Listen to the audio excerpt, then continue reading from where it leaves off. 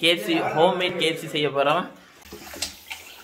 இந்த வெட்டினா தான் அந்த மசாலா எல்லாம் உள்ள இறங்கும்.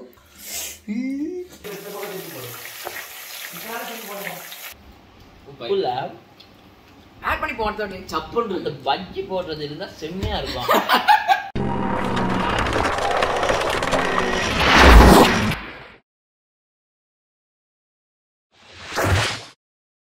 வணக்கம், வெல்கம் பேக். ஸோ நான் சொன்ன மாதிரி KFC ஹோம்மேட் KFC செய்ய போகிறோம். ஸோ இப்போ வந்து இந்த சிக்கனை என்னடா செய்யணும், கலட்டி அது பண்ணணும். என்ன அந்த ப்ரொனன்சியேஷன் கொஞ்சம் டங் ஸ்வீட்டாக அவங்கள சொல்லிட்டு கொஞ்சம் மற்ற சைட் காட்டு. அட இது என்ன செய்யணும்டா? எவ்வளோ நேரம்? 6 ஹவர்ஸுக்கு அவர் சொன்னது பண்ணணும். மேரினேட். எங்களோட லைட்டிங் கொஞ்சம் மொக்கையாக இருக்கும் பிகாஸ் இந்தியாவில் பவர் கட். பட் ஸ்டில் உங்களுக்கு ஆல்ரெடி நான் ப்ரொமிஸ் பண்ணனால டார்ச் லைட் பண்ணி நான் எடுத்து கொண்டிருக்கேன். இங்கே ஒழுங்காக அடியில் இருல.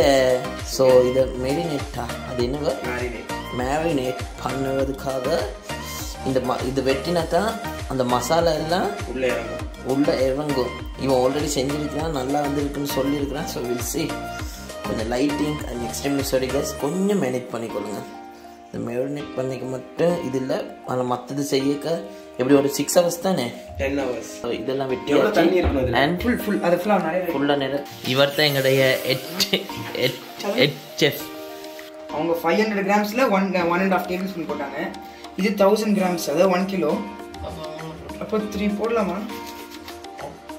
2. மக்களே, எனக்கு என்ன தெரியல இது எப்படி வரப்போகுது. சும்மா இடுற வாய் ஆயிக்காது. சரி, 3 மிக்ஸ் பண்ணு.